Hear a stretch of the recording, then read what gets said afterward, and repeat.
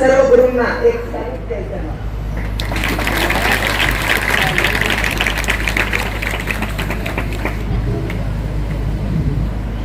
माझ्या आज इथे उपस्थित सर्व प्राध्यापक वर्ग, तसेच आदरणीय व्यासपीठ प्राध्यापक वर्ग, प्रशासकीय कर्मचारी वर्ग, इथे उपस्थित असलेले सर्व माजी विद्यार्थी आणि माझे चार शब्द ऐकण्यासाठी आणि ते प्रत्यक्षात उतरवण्यासाठी ते सर्वांच्या वतीने मी सरांना सांगते, आज आश्वासित करते की तुम्ही माझे जे शब्द असाल मी बोलणार आहे ते तुमच्या सर्वांच्या वतीने ग्वाही देणार आहे.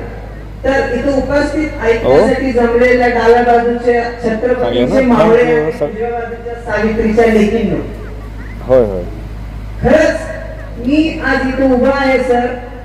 इथं आल्यानंतर प्रचंड फोन करतो तुला. ज्या कॉलेजमध्ये मी शिकले, माझे गुरु आहेत, त्या कॉलेजमध्ये मी काय बोलणार, कारण जिथं आज मी जी उभी आहे ती एक राष्ट्रपती पदक विजेती पुष्पलता दिघे, पोलीस उपाधीक्षक, महामार्ग सुरक्षा पथक रायगड म्हणून उभी नाहीये. एक तुमच्यासारखीच सामान्य स्वप्न पाहणारी शेतकरी कुटुंबातील, तसेच या महाविद्यालयाची माझी विद्यार्थिनी पुष्पलता चव्हाण म्हणून उभी आहे.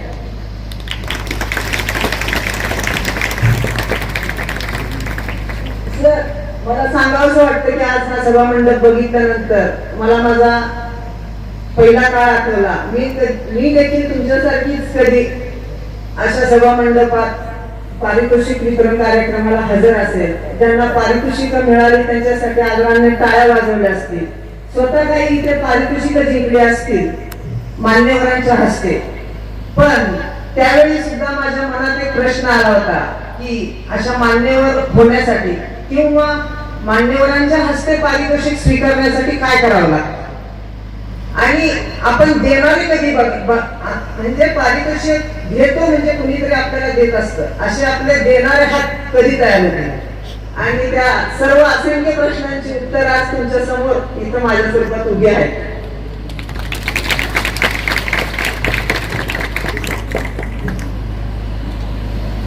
या कॉलेजने मला फक्त शिक्षण नाही दिलं, पण संकटात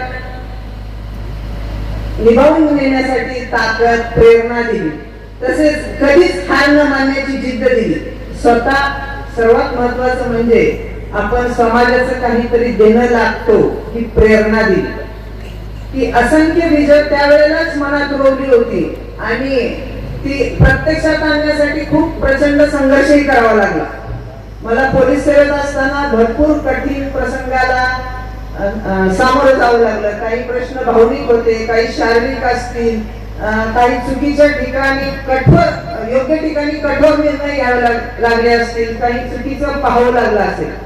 पण हे सगळं करताना माझ्या प्राथमिक शाळेतल्या शिक्षकांनी दिलेले संस्कार, माझ्या आई वडिलांनी केलेले त्याग, कष्ट आणि माझ्या सर्व महाविद्यालयीन गुरूंनी, प्राध्यापकांनी मला माझ्यात केलेली जी पायाभरणी होती. आणि एकच वाक्य अशा परिस्थितीत मला आठवायचं की प्रामाणिकपणा कधीच सोडायचा नाही. तुम्ही यशस्वी नक्कीच होता, सत्याला सामोरं जा आणि कोणतंही काम करताना तुम्ही 100% द्या, धरसोड वृत्ती करू नका. यश तुमचंच आहे, पण मला खूप वेळा याचा अनुभव आलेला आहे. हे आज राष्ट्रपती पदक जे मला मिळालं ते प्रत्यक्षात खरंच माझं नाहीये. या पाठीमागं खूप त्यागाचे माझ्या आई वडिलांचे हात आहेत, कष्ट आहेत, माझ्या गुरुजनांची शिकवण आहे आणि म्हणूनच हे पदक मला मिळालेलं आहे. पण कधी काळी आज म्हणजे ज्यांना कुणाला आता समोर बसलेल्या विद्यार्थ्यांना, मुलांना, मुलींना पारितोषिक मिळाली असतील, जिंकली असतील, त्यांचं खरोखर कौतुक, अभिनंदन. पण जे कुणी हारले असतील त्यांच्यासाठी माझी स्टोरी आहे आजची, की हारणं किंवा हे पारितोषिक मिळवणं म्हणजे जीवनाचं अंतिम सत्य आहे का, किंवा तेच तुमचं सर्वस्व आहे का, की आज नाही मिळालं तर मला कधीच नाही मिळणार आहे. बरोबर आहे की नाही? हे अपयश आलंय, यातून जो ताऊन सुलाखून निघत पुढे जाईल तो उद्या चमचमणारा सोनं असेल, तो कधी दबणार नाही. त्यामुळे तुम्ही ती जिद्द सोडू नका. कुणीही पुन्हा तुमच्या ध्येयावर येण्यासाठी प्रयत्न करा. आणि हाच आजच्या ज्यांना हारले त्यांच्यासाठी मला हे सांगायचे, इथं बसलेले प्रत्येक विद्यार्थी विद्यार्थिनी एक अपूर्ण शिल्प आहे. तुमच्या हातात एक चिमणी दिलेली आहे आणि भविष्य म्हणजे एक दगड आहे. मग तो तुमच्या हातात आहे. बॉल तुमच्या कोर्टमध्ये, तो कसा घडवायचा? तुम्ही एक साधं नॉर्मल आयुष्य घडवणार आहे की एक सुंदर इतिहास घडवणार आहे, हे तुम्ही ठरवायचं. त्यामुळं मी जे सांगते हे स्वतः अगदी अंतर्मनातून बोलते की मी जे सोचले सांगायला गेलं तर माझे अनुभव भरपूर आहेत. परत कधीतरी नक्की येईन या कॉलेजवर माझे विचार किंवा ज्या अडचणी आल्या त्या सांगायला. पण आता जे काही थोडा वेळ मला दिलेला आहे त्यात मी माझं पूर्ण आयुष्य कसं घडलं, म्हणजे आम्ही कसे घडलो हे तुम्हाला थोडक्यात सांगणार आहे. 50 वर्षापूर्वीचा काळ, ज्या काळात मुलींचं सामान्य शेतकरी कुटुंबात कसं स्वागत होत असेल एखादी मुलगी जन्माला आल्यानंतर, त्याच पद्धतीनं माझं स्वागत झालं. आजकाल तुम्ही व्हॉट्सअप स्टेटस, फेसबुक, इंस्टाग्राम, लगेच स्टेटस, पाहुणी आली, लक्ष्मी आली, फुला पानांनी स्वागत, म्हणजे किती कौतुक. ही प्रगती आहे आतापर्यंत झालेली, पण यातलं एकही माझ्या वाट्याला आलं नाही. हे मला इथं सांगावंसं वाटतं. ज्या वेळेला माझं घर जे आहे ते 4 किलोमीटर मळ्यात आहे, तिथून मी गावात प्राथमिक शिक्षण घ्यायला येत होते सर. म्हणजे 4.5 किलोमीटर सकाळी चालत यायचं 10वी पर्यंत आणि 4.5 किलोमीटर संध्याकाळी परत चालत जायचं. हे त्यावेळेला काही वाटत नव्हतं, तो काळच असा होता. आपल्याला शिकवतात हेच खूप मोठं वाटायचं. आणि आता या पोझिशनवर आल्यावर कळतं की ती माझी फिजिकलची तयारी होती मैत्रिणी. आता मी कुठली अकॅडमी जॉईन केली नव्हती, हे आता कळतं. घराच्या समोर मोठा ओढा आहे आणि पावसाळ्यात पाणी आलं की शाळेची आमची काय अवस्था व्हायची. आता म्हणजे तुम्हाला सगळं स्वप्न वाटेल की पुस्तकातल्या गोष्टी सांगते, पण माझ्या मनातल्या गोष्टी आहेत असं, म्हणजे मी जे भोगलेलं आहे ते सांगते. ओढ्याच्या पलीकडं माने गुरुजी म्हणून होते, त्यांची वस्ती होती. तर संध्याकाळी पावसात भिजून झाल्यानंतर युरियाची पोती जी असतात त्या पोत्यांच्या पिशव्या असायच्या. तुमच्यासारख्या हट्ट करून कधी बॅग मागायची वगैरे तर कल्पना पण करू शकत नाही आम्ही. त्या ज्या बॅग होत्या, शाळेचं दप्तर, भिजलेली शाळेची कपडे त्या माने गुरुजींच्या घरात ठेवायचं. ओढा ओसरला, ओढ्याला पाणी आलेलं असायचं. पलीकडच्या बाजूने मोठी माणसं आवाज द्यायची, इकडून गुरुजी आणि इकडची लोक आवाज द्यायची. ओढा ओसरला, या बाजूच्या झाडाला त्या बाजूच्या झाडाला सोल बांधलेला असायचा. सोल माहितीये का कुणाला? माहितीये का? कासरा, त्यातल्या मोठा प्रकार त्याला सोल म्हणतात, माहितीये ना? तर त्या सोल इकडून तिकडून मोठी माणसं पास करून द्यायची. रात्री 1-1.5 वाजता मग घरी पोहोचायचं ओढा उसरल्यावर. दुसऱ्या दिवशी सकाळी दुसरी कपडे घालून पलीकडे यायचं, ड्रेस चेंज करायचं, शाळेचे कपडे त्या गुरुजींच्या ज्या मॅडम होत्या त्या आमची कपडे सुकायला टाकायचे. दुसऱ्या दिवशी ती सुकलेली कपडे घालायची, तिथून बॅग उचलायची, शाळेला यायचं. त्यातलं काही खोटं नाहीये, पावसाळ्याच्या दिवसात असं शिकलो. त्याच्यानंतर 10वीला आल्यानंतर पहिली मला सायकल घेतली आणि तीही दोघात एक, म्हणजे माझ्या छोट्या भावाबरोबर. त्यावेळेचा काळ बघा, मी म्हणजे 10वीला एक्स्ट्रा क्लास असायचे शाळेत आणि इतर वेळेला 9वी पर्यंत घोडक्याने आम्ही यायचो, त्यामुळं सगळे एकत्र असायचं. पण 10वी साठी मी पुढे गेल्यामुळं माझ्याबरोबर सकाळी 8:30 ला यायला कुणी नसायचं. त्यावेळेच्या समाजाची विचार करण्याची पद्धत सांगते की 10वीत शिकणाऱ्या मुलीला प्रोटेक्शन म्हणून 5वीत शिकणारा भाऊ माझ्याबरोबर पाठवायचे. म्हणजे मी सक्षम नव्हते, पण मी बोलू शकत नव्हते त्याला कशाला पाठवताय माझ्याबरोबर. असं जर बोलले असते त्या काळात तर काय झालं असतं? तुझ्या मनात काय आहे हा दुसरा प्रश्न तयार झाला असता. बरोबर आहे की नाही? तर पाठवायचे. त्या बिचाऱ्याला माझी 10वीतली शिक्षा 5वीच्या वयात मिळाली की 2 तास सकाळी किंवा एक्स्ट्रा क्लासेसच्या वेळेला माझ्याबरोबर यायचे. हे 10वी पर्यंत झालं. नंतर एक घरातून सांगितलं होतं, नापास झाला तर शाळेतून काढणार, पहिला नंबर गेला शाळेतला की लग्न करणार. तर त्या पहिला नंबर लग्नाच्या भीतीनं मी इथपर्यंत शिकले. म्हणजे माझं प्रत्येक वेळेला हेच असायचं की बाबा लग्न, त्याशिवाय पुढं विचारच करू शकत नव्हते. हे आज मी ओपनली करते, ऐकतात सगळे. त्यावेळेला ही बोलण्याची पण हे नव्हती. म्हणजे तर लग्नाचा विषय असा की लग्न करायचं. मग मी पहिला नंबर काही सोडला नाही. 9वीच्या वर्गात असताना पण म्हणजे मी पहिल्यापासूनच जिथं चूक तिथं चूक आणि बरोबर तिथं बरोबर. 9वीच्या वर्गात असताना म्हणजे सायन्सचे सर होते, काटेपाटील सर. त्यांचं एक सायन्स डेरिव्हेशन म्हणजे चुकीचं होतं आणि मी त्यांना सांगितलं.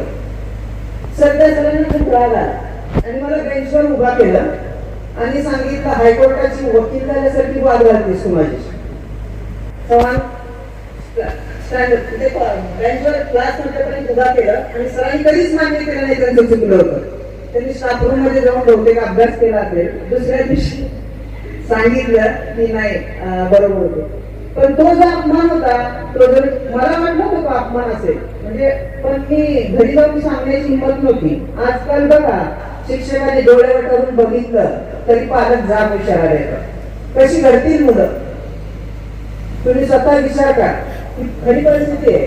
शहरात तर खूपच, प्रत्येक ठिकाणी कॅमेरे पाहिजेत, मोबाईल, सीसीटीव्ही पाहिजेत, म्हणजे बसला सुद्धा अटेंडंट पाहिजे.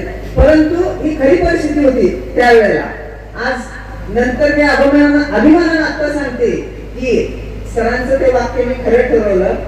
त्याच हायकोर्टाच्या पायरीवर उभं राहून एका निरपराध 5 वर्षाच्या बालिकेचा ज्यावेळेला रेप विथ मर्डर झाला, तिला मी न्याय मिळवून दिला तिच्या कुटुंबियांना.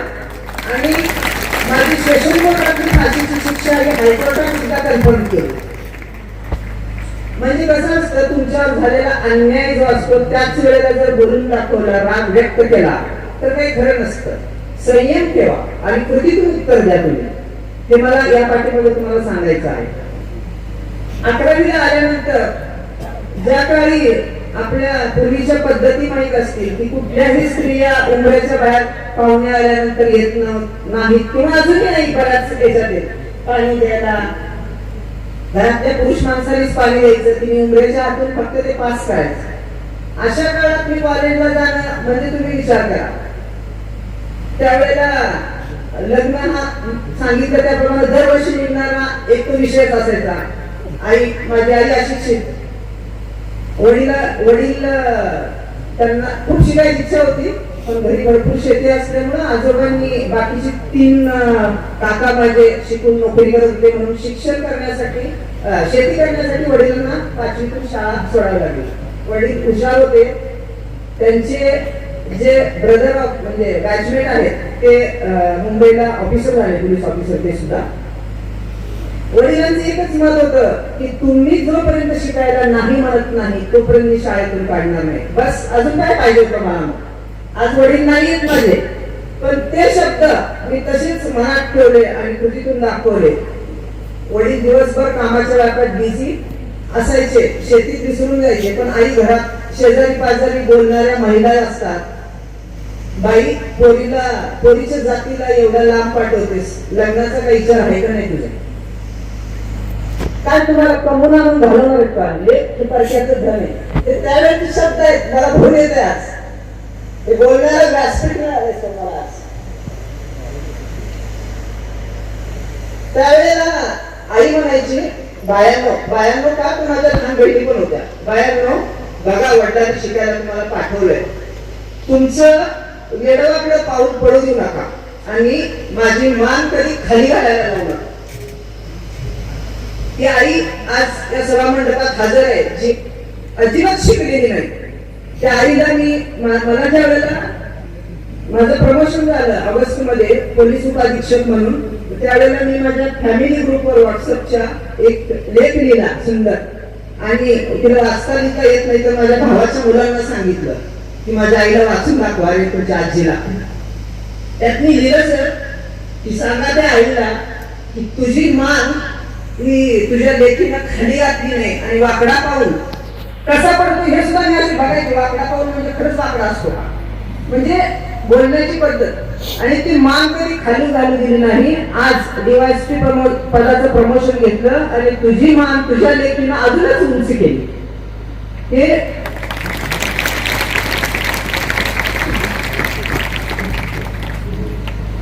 तर अशा या कर्मठ काळात मी ज्या वेळेला 11वीला आले त्यावेळेला SRVM ला सायन्सला ऍडमिशन घेतलं.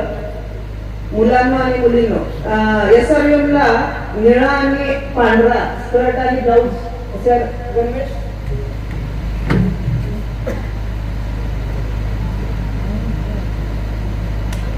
सॉरी निळा पांढरा गणवेश असायचा, स्कर्ट ब्लाऊज मुलींना आणि मुलांना. माझे भाऊ बापू राजकीय क्षेत्रात प्रचंड दबदबा आणि सगळीकडे फिरलेले, त्यामुळं समाज बघितलेला त्यांनी. एकच होत की स्कर्ट घातला की खालच्या गुडघ्यानंतर पाय दिसतात ना, म्हणून स्कर्ट घालायला आम्हाला बंदी होती. बापू आमच्या कॉलेजच्या प्राचार्यांना भेटायला आले आणि सांगितलं की हा नियमच आहे का स्कर्ट शिवला पाहिजे. प्राचार्य म्हटलं असं काही नाही.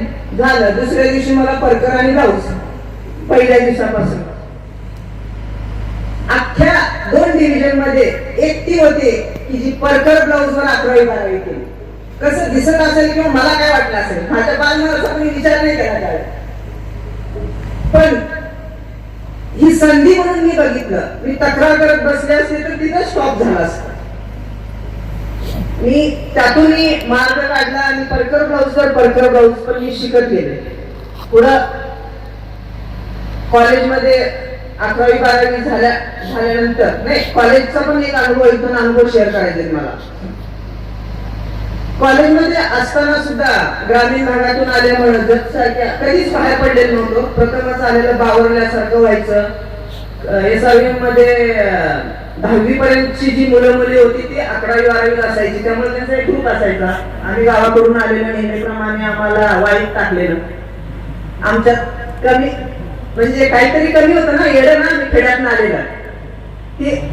तर पुढे गेल्यानंतर त्यावेळेला मी 10वीला केंद्रात आले होते धबळापूरच्या, त्यामुळे मेरिट मध्ये पुढे होते, कारण पहिला नंबर सोडायचा नाही ना, हे घरचं होतं. मी तसंच कॉलेजमध्ये पण चांगले शिकले. SRVM खूप काही मला दिलं. त्या कॉलेजमध्ये असतानाच मंगळवारी जसं बाजार असतो आणि आरेवाडी गाडी असते. कॉलेजचं प्रॅक्टिकल संपून जायला वेळ व्हायचा. शेवटची गाडी पण 6:30 असायची, पण ज्या दिवशी प्रॅक्टिकल नसायचं बस स्टॉपला थांबलं तरी मिळायचं आणि स्टँडवर गेलो होतो बसायला. हा विषय मी कधीच घरात सांगितला नाही. आता मी त्या लेवलला आहे.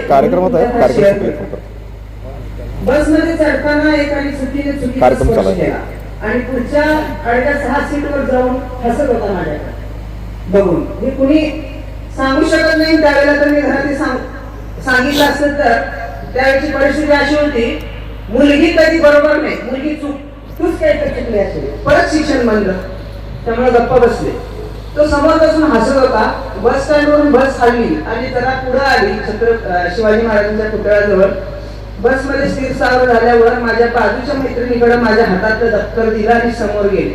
कुठून जोश आला मला माहिती नाही, सन्न करून कानाखाली वाजवलं. सगळी बस चिडीचूप. हा अनुभव कुणालाही माहिती नाही यापैकी, म्हणजे माझ्या घरच्यांना सुद्धा माहिती नाही. आज मी सांगते की त्यावेळेला मी एक केलं होतं. कंडक्टर म्हटले काय झालं, पोलीस स्टेशनला घ्यायची म्हटलं गाडी. खरं शपथ सांगते पोलीस स्टेशन म्हणजे काय माहिती नव्हतं, पण कुठून शब्द आला माहिती नाही मला. तो मी बोलले पोलीस स्टेशनला गाडी घ्यायची. काय झालंय त्याला विचारायचं, मी नाही सांगणार. त्यांनी केलं, त्यांनी त्याच्या तोंडाने सांगायचं. परत हा विषय वाढेल असं त्यावेळेच नाही का, आरेवाडी का त्या बसमध्ये इतर गावातील पण लोक होती. सगळ्यांनी राहू दे पुष्पा म्हणून विषय केला, गाडी गेली. तर जो कोणी असेल त्याला अजूनही कानाखाली दिवसात तारे चमकले असते, म्हणजे ज्यांनी कोणी खाल्ली असेल ती. पण माझा सांगण्याचा उद्देश एवढाच आहे की तुमचं शील हे कायमपर्यंत जपा. तुम्ही चुकीचं वागू नका. कुणीही वाकड्या नजरेने कधी बघणार नाही तुमच्याकडे. त्याच्यानंतर महाविद्यालयीन शिक्षणासाठी मला 12वी नंतर मग सांगितलं की DED खूप चालू होतं, तर DED ला ऍडमिशन, मुलींनी DED आणि शिक्षक होणं हे त्यावेळेचं म्हणजे अंतिम हे होतं, ते खूप मोठं होतं. ठीक आहे, होत असेल, पण मला काहीतरी आतून वेगळंच व्हायचं होतं. माझं कुठं माहिती नाही, पण मला सायंटिस्ट व्हायचं होतं, म्हणून मी BARC ची एक्झाम पण दिली होती. तिकडेही पाठवलं नाही मला, पण मी कॉलेजमध्ये आले. कॉलेजमध्ये आल्यानंतर मग नेहमीचा आपला प्रवास चालू. DED ला तर नाही म्हणून सांगितलं होतं. तर कॉलेजमध्ये असताना नेहमीप्रमाणे आम्ही कॉलेज चालू असायचं, त्यावेळेलाही मी शिक्षकांना खूप माझे डाऊट्स विचारायचे. पण माझे आजही सांगते, पहिलीपासून ते ग्रॅज्युएट होईपर्यंत सर्व शिक्षक खूप हार्ड वर्कर होते. ते स्वतः हार्ड वर्कर होते, त्याच्यामुळेच आम्ही सर घडलो आणि आम्हाला चांगलं मिळालं काहीतरी. तुम्ही जर तुमची भूक त्यांच्या समोर सांगितली तर नक्कीच ते तुम्हाला खाऊ घालतील. तर कॉलेज जीवनात असताना संध्याकाळी कॉलेज संपल्यानंतर पंचायत समिती समोर जो बस स्टॉप आहे तिथं बसायला जायचं परतच्या गाड्यांसाठी. त्यावेळेला सहज मनात विचारायचा आणि खूप वेळा यायचा, कारण समोर भरपूर शासकीय कार्यालय होती, पंचायत समिती, दिवाणी न्यायालय, न्याय दंडाधिकारी कार्यालय, तहसीलदार कार्यालय वगैरे. त्यातून गाड्या बाहेर पडायच्या संध्याकाळच्या वेळेला. एक बुजुर्ग वयस्कर माणूस शेजारच्या सीटवर बसलेला आणि कुणीतरी ड्रायव्हिंग करतोय, समोर लिहिलेलं असायचं जत पंचायत समिती, न्याय दंडाधिकारी जत, असे लिहिलेले असायचे. मला विचारायचा माझ्या, हे असं व्हायला काय करावं लागत असेल? हे तर सगळे वयोवृद्ध म्हातारे दिसतात आत बसलेले, यांनी त्यांच्या ज्या वेळेला कॉलेज असेल त्यावेळेला ह्या लोकांनी काय केलं असेल? मी सांगण्याचा उद्देश असा आहे की त्यावेळेला स्पर्धा परीक्षा काय असतात, कशाबरोबर खातात हे सुद्धा कुणाला माहित नाही काय असतं नेमकं. म्हणजे तुम्हाला जर भूक लागली, स्वतः शोधलं, सर्च केला तरच तुम्हाला काहीतरी मिळेल. मग माझ्या असं मनात विचारायचा की कसं होत असेल हे सगळं, म्हणजे काय करत असतील. मग मी हळूहळू विचारायचे चालू केला. माझ्या सांगलीच्या काकांची मुलं जी आहेत ती पण या परीक्षेचा अभ्यास करत होती. नंतर सुट्टीच्या वेळेत मला कळलं. मग मला वाटायचं की मी काहीतरी बनावं. मग नंतर माझ्या ज्या वेळेला BSc चा रिझल्ट लागला, MSc ला फॉर्म भरला, BSc तिथं कॉलेजमध्ये फर्स्ट आले होते. पण MSc ला ज्या वेळेला ऍडमिशन घेतलं सगळं झालं डिपार्टमेंटला, पण ज्या दिवशी कॉलेज युनिव्हर्सिटीत जायची वेळ आली, गाडी आली, सामान त्यावेळेला गादी वगैरे आपली बॅग वगैरे सगळं गाडीत टाकलं गावातली. आणि त्यावेळेला सांगितलं घरातल्यांनी, माझ्या आईला आणि इतरांना किंवा मलाही, की पुष्पा तू चाललीस खरं, पण कुठल्या कोल्हापूरच्या स्टँडवर तू कुणासोबत तरी बोलत असताना कुणी पाहिलं, उद्या येऊन घरी सांगितलं की अमुक अमक्या बरोबर तुमची लेक बोलत होती, तर मग आईकडे अशिक्षितच. मग अशा वेळेला काय होईल? म्हणजे अब्रू इज्जत जे म्हणतात ना. ठीक आहे, माझा विश्वास नव्हता, मी तिथंच कट मारलं. गाडी आलेली, सामान लोड केलेलं सगळं परत. MSc चा निर्णय माझा कॅन्सल झाला. त्याच्यानंतर पुढं वेगळी गोष्ट आहे, मी 3-4 वर्ष रडत होते. मला प्रोफेसर व्हायचंच होतं आणि MSc करायची होती. माझ्या मिस्टरांनी लग्न झाल्यावर सर्व्हिस मध्ये आल्यानंतर सुद्धा मला सांगितलं की तुझी एवढी इच्छा आहे, कारण माझे युनिव्हर्सिटीत गेलेले मित्र जे कॉलेजमध्ये होते त्यांनी माझी हुशारी किंवा बघितली होती. ते पत्र पाठवायचे की तू पाहिजेस, असं तुम्ही पाहिजे, आदरार्थी बोलायचे तुम्ही. त्या काळी बोलणं मुलांच्या बरोबर तर दूरच, काहीच विषय नसायचा. पण ती पत्र माझे मिस्टर वाचायचे की माझी किती ओढ आहे. ते म्हटले तू जा सर्व्हिसचा 1-2 वर्ष सिक लिव्ह घेऊन राजीनामा नाही म्हणताय ना, सिक लिव्ह घ्यायला तुझी MSc कम्प्लीट कर. पण लग्न झालं होतं मैत्रिणींनो, पुढे प्रेग्नन्सी, वैवाहिक म्हणजे सासू सासरे किंवा आई वडील हे जे बुजुर्ग सांगतात आता एक मुलं व्हायला पाहिजे, मग ते सगळ्यावरच पुढं पूर्ण विराम झाला. ती गोष्ट वेगळी. MSc नाही झाले पण कॉलेज झालं सर. पण कॉलेजच्या लास्ट इयरला असतानाच मला वाटलं होतं घरी पेपर यायचा, मी ऍडव्हर्टाईज वाचली होती, मी म्हटलं फॉर्म भरावा. तोही किस्सा सांगते. MPSC ला लास्ट इयरला असताना आपण अपियर होऊ शकतो, माहिती आहे ना सगळ्यांना. तर मी तो फॉर्म कुठून तरी इज्जतच्या स्टँडवर वगैरे तो पैदा केला आणि तो भरला. त्याच्यावर सत्यप्रत म्हणून कॉलेजच्या HODची किंवा कुणाची सही लागते प्रमाणित पाठवायला. मी आता नाव नाही कुणाचं घेत, मी HOD म्हणून ज्या डिपार्टमेंट मध्ये गेले त्याच्यावर पाहिजे. त्यावेळेला नवीन आलेले एक सर होते, ते म्हटले चव्हाण की कुणाची पण कामं नव्हत MPSC होणं. म्हणजे बहुतेक त्यांनी त्यावेळेला तो स्ट्रगल केलेला आहे, ते त्यावेळेला करत होते. पण ठीक आहे, मी भरला. आणि मग मी MSc कट मारल्यानंतर 10वी, अजून एक सांगते की 10वी म्हणजे 8वी 9वी 6वी पासून 6वी 7वी पासून पहाटेचे 3 नंतर 3 वाजून 5 मिनिटं कधी झोपेत अंतरुणात मी पाहिली नाही. 3चा गजर हा पूर्ण शिक्षण पूर्ण होईपर्यंत होता मला. त्या 3ला उठायचं. एकत्र कुटुंबाचं अजून एक सांगते तुम्हाला, एकत्र कुटुंबात काही चांगल्या गोष्टी आहेत, तशा वाईट असतात. पण एकत्र कुटुंबात जे सगळ्या बाजून तुम्ही घडून निघता त्याला कुठंच तोड नाही. आजच्या काळात नॅनो कुटुंब आहेत, लगेच काही झालं तर मुलांना पेशन्स नसतात, संयम नसतात, शेवटच्या टोकाला आत्महत्या. म्हणजे तुम्हाला तुमचे विचार व्यक्त करायला, शेअर करायला कुणीच नसतं. तर हे जॉईंट फॅमिलीचा हा एक फायदा होता. प्रत्येक गोष्टीत तुम्हाला ऍडजस्टमेंट करायला लागते. मी पहाटे 3 वाजता उठायचे, 6 वाजेपर्यंत अभ्यास करायचे. घर मोठं होतं, कॉलेजला शाळेला वेळ व्हायची म्हणून 6 वाजता उठून मी बंब पेटवायचे, पहिले अंघोळ मी करायचे. तर एकत्र कुटुंब होतं, एवढी कणिक मळायची आणि मी आणि माझी बहीण तेवढ्या चपात्या करायची. प्रत्येकीला कामं वाटून चपात्या करायचे.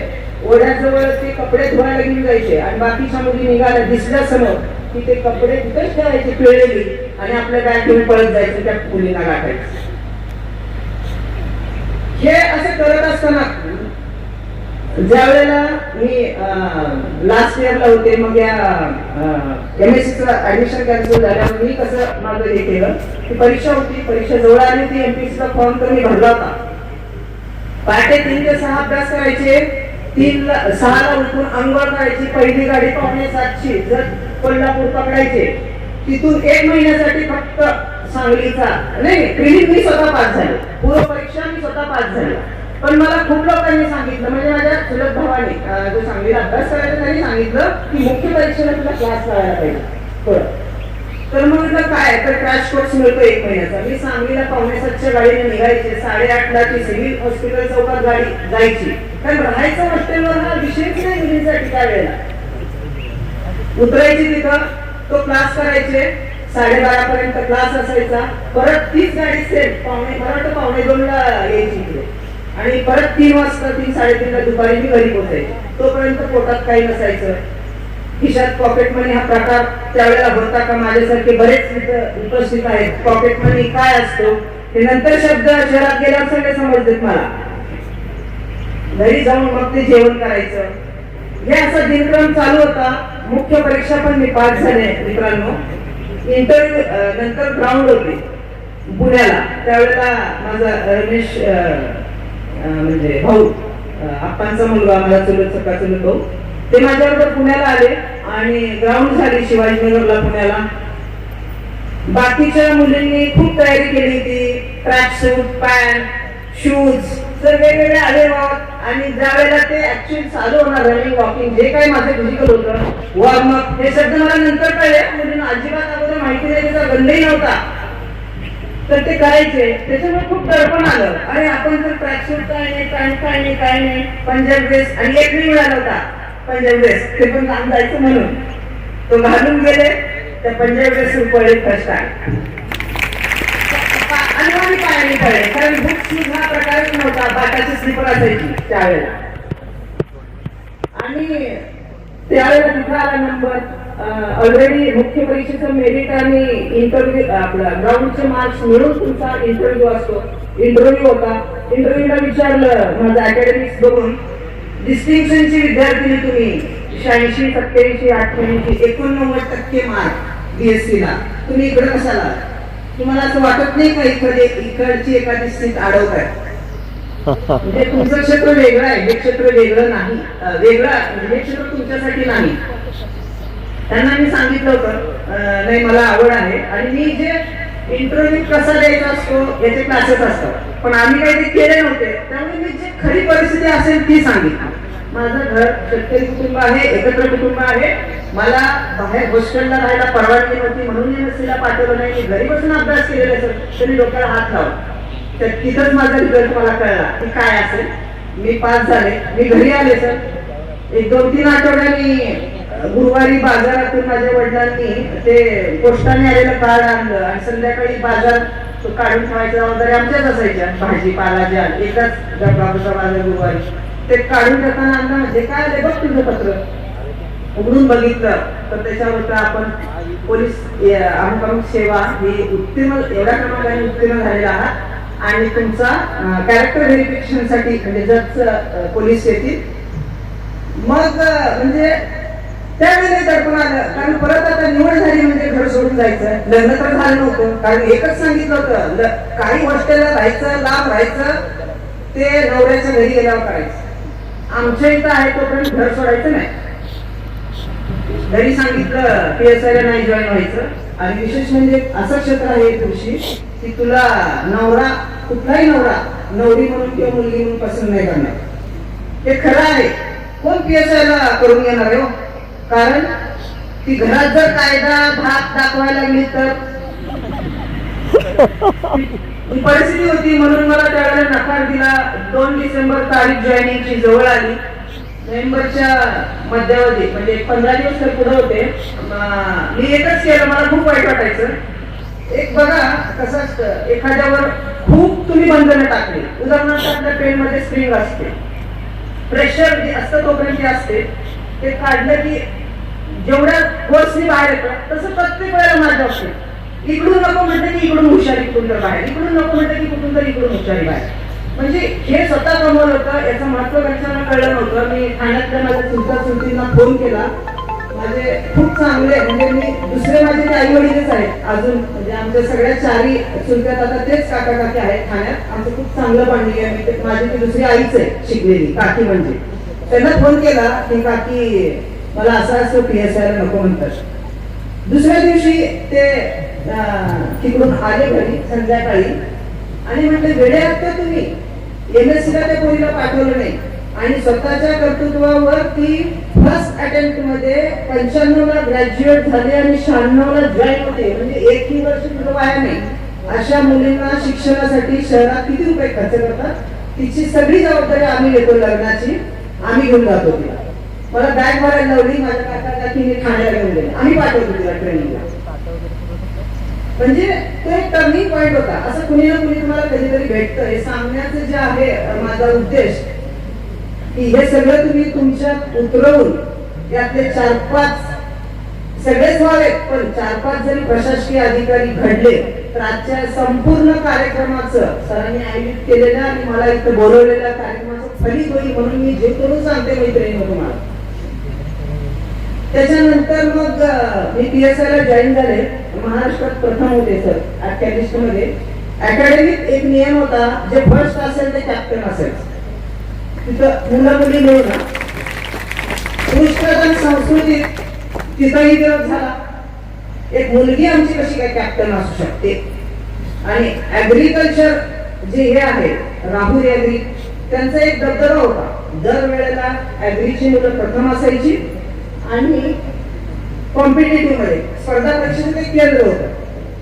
तर ही बेस म्हणजे माझं शिक्षण तर माहित असेल पण मुलगी आमची कॅप्टन नाही होऊ शकत. पण कॉलेजचे प्रिन्सिपल जे होते राजवाडे सर ते म्हटले नाही तिने कमवले ते ती मेहनती आहे कॅप्टन तीच होणार. आणि मग मी सगळ्यांची परेड घ्यायची तिथं. आणि 3 महिने झाले. 3 महिन्यानंतर अकॅडमीत परत परीक्षा झाली. तिमाही परीक्षा तिथं लॉची वगैरे शिकवलेलं असतं ते. काही परीक्षेत मी प्रथम आले. परत कॅप्टन होण्याचा चान्स मिळाला. 6माही परीक्षेत प्रथम आले. तिथेही कॅप्टन झाले. नंतर 9माही परीक्षा म्हणजे पासिंग आउट परीक्षा. त्या परीक्षेत कायद्याची 6 बक्षिसे भेटली. शूटिंग वगैरे जे होतं त्यात पण मला बक्षिसे भेटली. मग फर्स्ट त्यावेळेला आल्यानंतर जो फर्स्ट असतो तो परेड कमांड होतो. 91 वर्षाच्या इतिहासात नाशिक पोलीस प्रशिक्षण म्हणजे तिथे चालू होतं. एकही महिला आतापर्यंत कॅप्टन म्हणून परेड कमांड केली नव्हती. कारण ती परेड जी असते त्या परेड ग्राउंडवर महाराष्ट्र राज्याचे मुख्यमंत्री गृहमंत्री आणि महाराष्ट्राचे DG महासंचालक येत असतात परेडला पासिंग आउट परेडला. महाराष्ट्राचे जेवढे कॅडेट असतात त्या सगळ्यांचे आई वडील येतात पासिंग आउट परेडला. तर सर म्हटले त्यावेळेलाच एक नियम केला होता की मुलगा म्हणजे मुलं आणि मुली प्रशिक्षणामध्ये फरक नाही. जेवढा 6 किलोमीटर मुलगा पळतो तेवढी 6 किलोमीटर मुलगी पळायची. जेवढे काही ऑब्स्टॅकल केलेले असतात, ज्या भिंती मारायच्या माहित असेल तुम्हाला रस्सी, ते सगळं मुलींना असायचं. ते सगळं करून मी पहिले आले ते. म्हणजे तिथं काय 5 मिनिटं सोडा, तिथं पण प्रिन्सिपल सर स्टँड घेतला की नाही म्हटले परेड तीच करेल. त्यावेळेला म्हणायचे नाही तयार नव्हते, आवाज येणार नाही. तिथं अकॅडमिक डॉक्टर म्हणजे हॉस्पिटल आहे, त्या डॉक्टरना सांगितलं ही मुलगी मी पहिल्या दिवसापासून बघतोय, परेड हीच कमांड करणार, तिचा आवाज कमांड देऊन 15 दिवस प्रॅक्टिस असते, खराब होणार नाही याची दक्षता तुम्ही घ्यायची म्हणते. डॉक्टरांना सांगितलं. सर सकाळ संध्याकाळ मला ते थोडं हे द्यायचे, पण परेड कमांड करायची. पासिंग परेडला जतमधून सुभाषदादा कुलकर्णी, त्यावेळेचे आमदार सनंदीकर साहेब, परत बापू, माझे आई वडील, माझे ठाण्याचे काका काकी सगळे आले होते, गाड्या आल्या होते. कारण मी परेड कमांड करणार होते ना त्यावेळेला. मग सगळे आले होते, परेड कमांड केली. गोपीनाथ मुंडे साहेब होते, त्यांच्या हस्ते बक्षीस वगैरे घेतली. तरी भाषणात स्टेजवर सांगितलं जी मुलगी परेड कमांड करते त्यांच्यासाठी पण नवीन होतं, कमांड करत होती, तिचा आवाज सगळ्या मैदानात दणाणून गेलेला आहे. तिच्या वडिलांना नाईला बोलवा. म्हणजे तिथं माझ्या आई वडिलांचा जो सन्मान झाला असेल तो मी कधीच विसरू शकत नाही. हे सगळं करत असताना नंतर मी ज्यावेळेला माझी पोस्टिंग झाली, मुंबईला आले. पोलीस खातं असल्यामुळं महिला म्हणून प्रत्येक वेळेला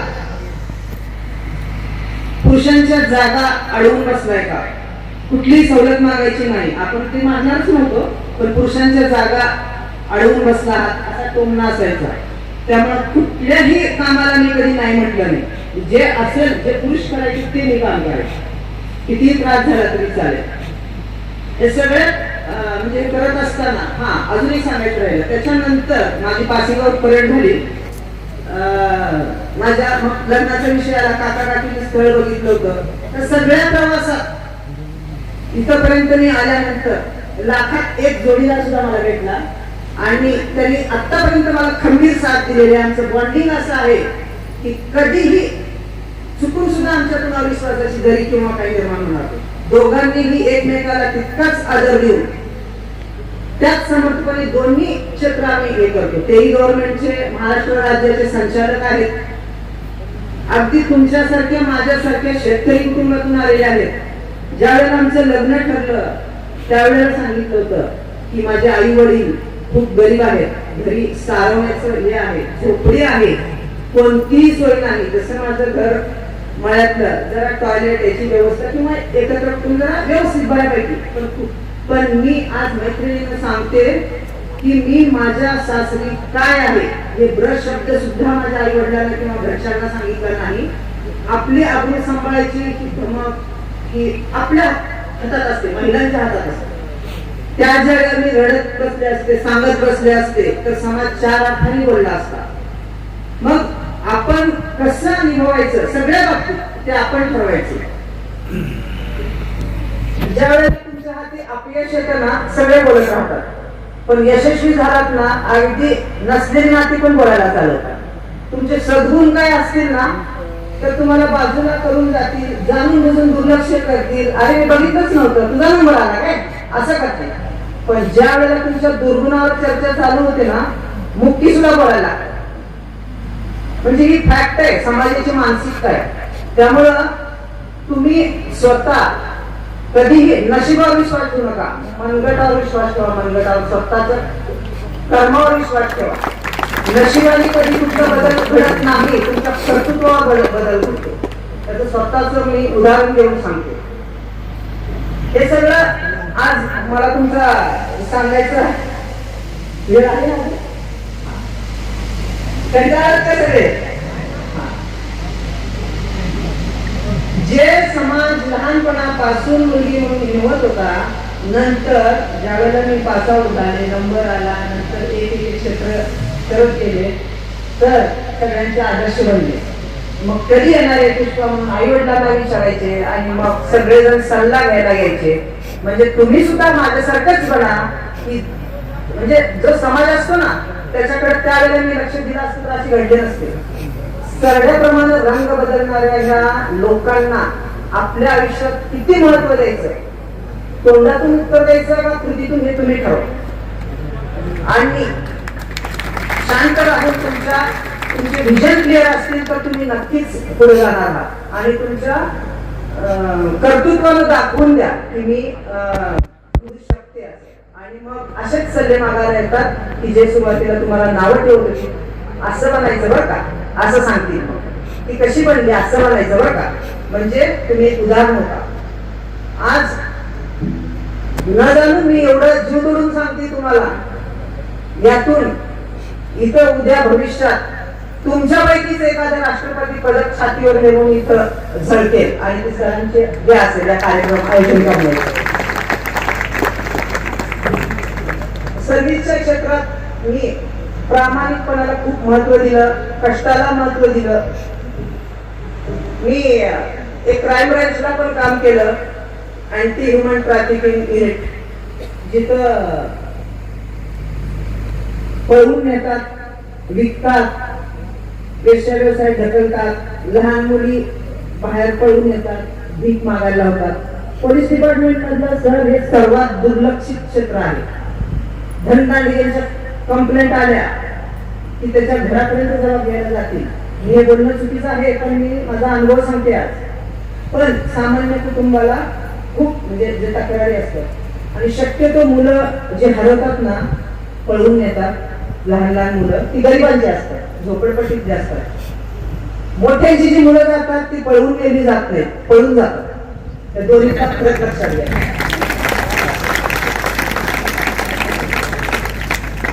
आणि मग अशा मुलांना शोधण्याचं काम ते सगळ्यात दुर्लक्षित होतं. ते डिपार्टमेंट मला दिलं.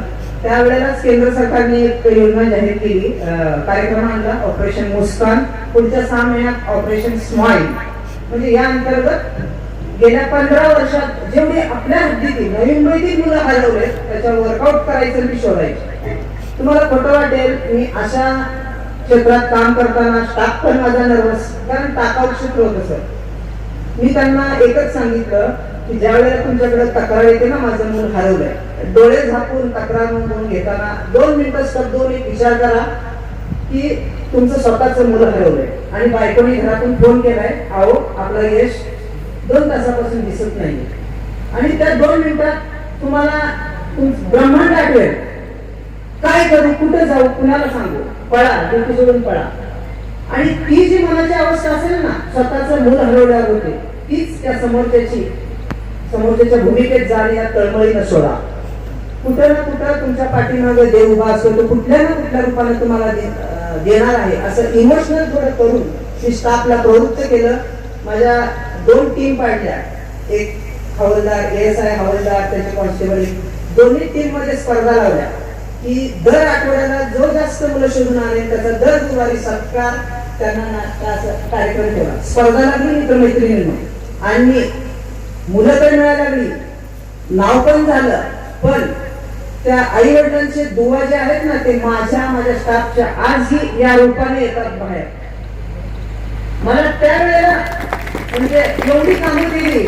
4-4 वर्षाचं हरवलेलं मूल ज्या वेळेला 11-12 वर्षांनी कुठेतरी सापडतं, तो 11-12 त्यावेळेला त्याला सुद्धा आई वडील आठवत नाही, DNA करा, आई म्हणजे हे सगळं केलेलं आहे मी. त्यातून नवी मुंबईत हरवलेलं मूल त्या गोव्याच्या अनाथाश्रमात मिळतं, कलकत्त्याच्या अनाथाश्रमात मिळतं. हे सगळ्या NGOना जोडून मी केलेलं आहे. तुम्ही गुगलवर सर्च केलं पुष्पलता दिघे ASTU तरी तुम्हाला बराच इतिहास मिळेल. पण हे करताना सगळ्यांना माझी पोलिसातील सिंधुताई म्हणून ओळख झाली. पत्रकारांनी वगैरे डोक्यावर घेतलं त्यावेळेला. हे करत असताना नावलौकिक झाला. महाराष्ट्राच्या मुख्यमंत्र्यांनी CID ऑफिसने मला सत्कार केला. दिल्लीच्या राष्ट्रपती भवनात आमच्या टीमचा सत्कार झाला, कारण आम्ही महाराष्ट्रात ऑपरेशन मुस्कान अंतर्गत नंबर काढला होता. असो त्यावेळेला झालं. मग वेगवेगळ्या क्षेत्रात अशी कामं करताना भरपूर काही अनुभव आले. आता मी अजून एक उदाहरण सांगते तुम्हाला की तुम्ही सोशल मीडियाचे मास्टर आहात आजकाल. मित्रांनो, मैत्रिणींनो, हजर असलेल्या सर्वांना इतकं सोशल व्हा. तुम्हाला सोशल इतकं सोशल व्हा. म्हणजे हे खरं आहे यार. तुम्ही लगेच आज काय तरुण पिढी साधा फोन चालत नाही, माझे फोन साधे म्हणा, आयफोन लागतो. आज शर्टवर पॅन्ट कोणती, कॉम्बिनेशन कोणतं, आरशासमोर बसायचं, सेल्फी काढायचा, व्हॉट्सअप तिकडे तिकडे, फेसबुक सगळीकडे पळत. आणि मी किती आनंदी आहे हे दाखवायचं. आज जगात आहे ना, स्वतःच्या जीवनात आनंद मिळवण्यापेक्षा, कर्तृत्व शोधण्यापेक्षा आपण किती आनंदी आहे ते दाखवण्यातच सगळे व्यस्त झालेले. आणि एक असा एक्सपेरिमेंट केलेला आहे पूर्वी की आयुष्यातले जर 10,000 तास सतत तुम्ही एखादं केलं ना तर तुम्ही त्यात एक्सपर्ट बनता. मग स्वतःच्या मनाला विचारा तुम्ही कशात एक्सपर्ट आहात. काय मान खाली घालून सारखं ते सर्फिंग करता या दिवसात. तुमचं तरुण रक्त आहे, शिकण्याचं वय आहे, काहीतरी कमवण्याची तुमच्या जिद्द आहे, काहीतरी बनण्याची जिद्द आहे. तुम्ही पुढे जाऊन माझ्यासारखंच नाही, माझ्यापेक्षा मोठं बनला तर हा माझ्या कार्याला सॅल्यूट असेल. त्यामुळं आजपासून समजा तुम्ही त्याच्यावर हिस्ट्री पण येते की तुम्ही किती तास आज इंटरनेटवर वाया घालवले. तुम्ही एक कुठली गोष्ट एकदम बदलता येत नाही, हळूहळू बदला स्वतःला. आज मी 5 तास बघत होतो, 4 तास करा, 2 तास करा, 1 तास करा, 0 आवर्स करा. काय फरक पडणार? इकडची दुनिया तिकडे पडणार आहे का? तर आज तुम्ही बघितलं असेल की सकाळी उठलं, गुड मॉर्निंग, नमस्कार, हसण्याचे व्हॉट्सअप सगळीकडे पाठवतात. खरं सांगा, ज्या घरात तुम्हाला हसवतात अशा आई वडिलांना तुम्ही कितीदा हसवलंय आणि कितीदा नमस्कार केलाय त्यांना. म्हणजे आभासी जगात तुम्ही वावरताय मित्रांनी. घरचे दैवत विसरून तुम्हाला काही झालं, आजारी पडले, कोणी नाही तिथं सोडवायला. ते आभासी जग येतं ना, म्हणजे ते दिसतं व्हॉट्सअप फ्रेंड, इन्स्टा फ्रेंड येणार आहेत का? घरचेच असतात. त्यामुळं तुम्ही किती वापरायचं ते तुम्ही ठरवा. आज बऱ्याच वेळेला काय होतं, अननोन नंबरवरून व्हिडिओ कॉल येतात. मी कॉलेजच्या जीवनातलं सांगते, तुम्ही कुठल्याही कॉलला घाई गडबडीनं व्हिडिओ कॉलला स्पेसिफिक उत्तर देऊ नका. समोरचा कुठल्या स्थितीत असेल, तो निवड असेल, मी सांगते इथं, आणि त्यावेळेला स्क्रीन चालू असेल तर तो व्हिडिओ शेअरिंग म्हणजे होतो. आणि मग तुम्हाला नंतर ब्लॅकमेलिंग चालू होतं. अशा कुठल्याही ऑनलाईन कॉलला उत्तर देऊ नका. व्हिडिओ कॉलला जर चुकून बटन दाबलंच तर स्क्रीन छताकडे करा, नंतर ब्लॉक करा नंबर, काही फरक पडत नाही. आणि पॅनिक होऊ नका, कारण जर तुम्ही पॅनिक झालात तर तिथंच 50% समोरच्याचं बळ वाढतं आणि तुम्हाला इमोशनल ब्लॅकमेल करून मग तुमचं वाटोळं होतं. त्यामुळे तुम्ही सोशल मीडिया वापरताना खूप काळजी घ्या. OTP, credit card, debit card, Aadhaar card, सहजासहजी OTP कुणाला शेअर करू नका. तुम्हाला मेसेज येतात, तुमचं पार्सल आलेलं आहे, कस्टम क्लिअरन्स करायचं आहे, एवढे रुपये भरा. तुम्ही वाचत पण असाल, कुणाच्या अनुभव, कुणाच्या आयुष्यात या घटना घडल्या पण असतील.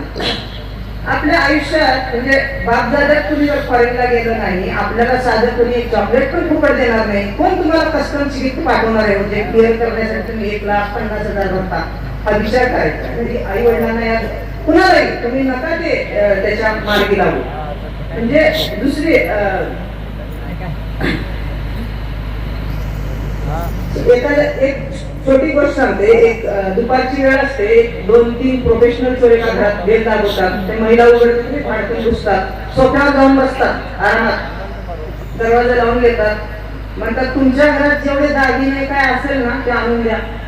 ती महिला बावरते, गप आणून द्यायचं म्हणतात. ते आणून देते. ते बघतात दागिने वगैरे सगळे, म्हणतात परवा तुमच्या मिस्टरांनी दुबईवरून पाठवलेली हिऱ्याची आमटी एक दिसत नाही, ती आणून द्या. ती का तुम्हाला एकटी महिला असते, ती आणून देते. दुसरा म्हणतो बहिणीने तुम्हाला पार्सल पाठवलेलं आहे बांगड्या, त्या नाही दिसत, त्या आणून द्या. ठीक आहे, जे ज्या मागायच्या वस्तू होत्या त्याच्यानी सगळ्या मागून तिथं बसल्या. आम्ही काही करणार नाही, मागणार नाही, काय नाही. आता ठीक आहे, आम्हाला कॉपी बनवा, नेस कॉपी म्हणतात. तर ती म्हणते कॉपी नाही, नाही परवा नाही का तुम्ही जिल्ह्यात बसून स्टेटसला ठेवलं होतं, एन्जॉईंग कॉपी, ती कॉपी आम्हाला बनवून द्या. मग ती म्हणते सॉरी, मी कॉपी देते तुम्हाला, पण मी तुम्हाला ओळखलं नाही, तुम्ही कोण नाही. मी प्रोफेशनल चोर आहे, तुमचेच फेसबुक मित्र आहे, इन्स्टा मित्र आहे आणि व्हॉट्सअप मित्र आहे. जे तुम्ही स्टेटसला ठेवलं होतं, नवऱ्याने हे केलं, फेसबुकला टाकलं होतं बहिणी, हे तेच आम्ही मागायला आलो. म्हणजे किती सोशल व्हायचं हे तुम्ही ठरवा. फिरायला गेलो, गोवा, अजून कुठली कुठली स्थळं तुम्ही पिकनिकचे फोटो टाका, पण घरी आल्यावर टाका, जरा दम धरा ना. घर रिकामं इकडं ग्रुप लावून गेला, कशाला फोटो टाकता स्टेटसला? घरी आल्यावर लावा तुम्ही फोटो. तेव्हा सगळे येतात बितात आणि निघून जाताना म्हणतात चल रे 3 ते 4 शेजारच्या घरात करू नये, कारण त्यांनी आता स्टेटसला ठेवलंय एकटी आहे, चल तो काढा पाहिजे. म्हणजे किती चोर हे झालेत बघा. या आभासी दुनियेत पहिल्यासारखे क्राईम, मारहाण, मर्डर खूप कमी झाले. पण प्रोफेशनल जगात कॉम्प्युटरवर बसून तुम्हाला लुटतात, डिजिटल अरेस्ट होते.